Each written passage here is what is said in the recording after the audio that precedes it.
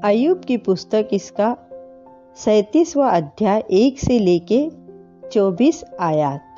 फिर इस बात पर भी मेरा हृदय कांपता है और अपने स्थान से उछल पड़ता है। उसके बोलने का शब्द तो सुनो, और उस शब्द को जो उसके मुंह से निकलता है सुनो। वह उसको सारे आकाश के तले और अपनी बिजली को पृथ्वी की छोर तक भेजता है। उसके पीछे गरजने का शब्द होता है। वह अपने प्रतापी शब्द से गरजता है, और जब उसका शब्द सुनाई देता है तब बिजली लगातार चमकने लगती है। परमेश्वर गरजकर अपना शब्द अद्भुत रीति से सुनाता है और बड़े बड़े काम करता है जिनको हम नहीं समझते। वह तो हिम से कहता है पृथ्वी पर गिर, और इसी प्रकार मेघ को भी और मूसलधार वर्षा को भी ऐसी ही आज्ञा देता है। वह सब मनुष्य के हाथ पर मोहर कर देता है, जिससे उसके बनाए हुए सब मनुष्य उसको पहचाने। तब वन पशु गुफाओं में घुस जाते और अपनी अपनी मांदों में रहते हैं। दक्षिण दिशा से बवंडर और उत्तर दिशा से जाड़ा आता है। परमेश्वर की श्वास की फूंक से बर्फ पड़ती है। तब जलाशयों का पाट जम जाता है। फिर वह घटाओं को भाप से लाता और अपनी बिजली से भरे हुए उजियाले का बादल दूर तक फैलाता है।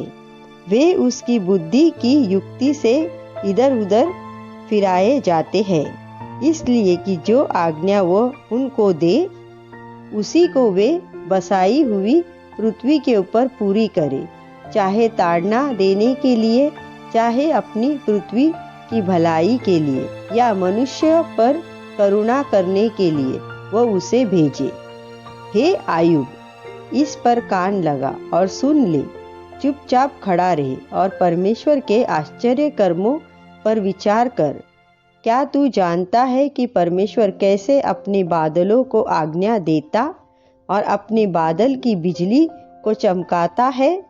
क्या तू घटाओं का तौलना या सर्वज्ञानी के आश्चर्य कर्म जानता है?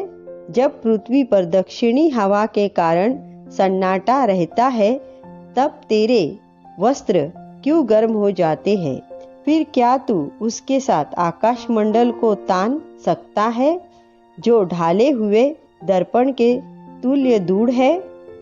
तू हमें यह सिखा कि उससे क्या कहना चाहिए, क्योंकि हम अंधेरे के कारण अपना व्याख्यान ठीक से नहीं रच सकते। क्या उसको बताया जाए कि मैं बोलना चाहता हूँ? क्या कोई अपना सत्यानाश चाहता है? अभी तो आकाश मंडल में का बड़ा प्रकाश देखा नहीं जाता। जब वायु चलकर उसको शुद्ध करती है, उत्तर दिशा से सुनहरी ज्योति आती है। परमेश्वर भय योग्य तेज से विभूषित है। सर्वशक्तिमान जो अति सामर्थी है और जिसका भेद हम पा नहीं सकते, वह न्याय और पूर्ण धर्म को छोड़ अत्याचार नहीं कर सकता। इसी कारण सज्जन उसका भय मानते हैं, और जो अपनी दृष्टि में बुद्धिमान है उन पर वह दृष्टि नहीं करता। आमीन।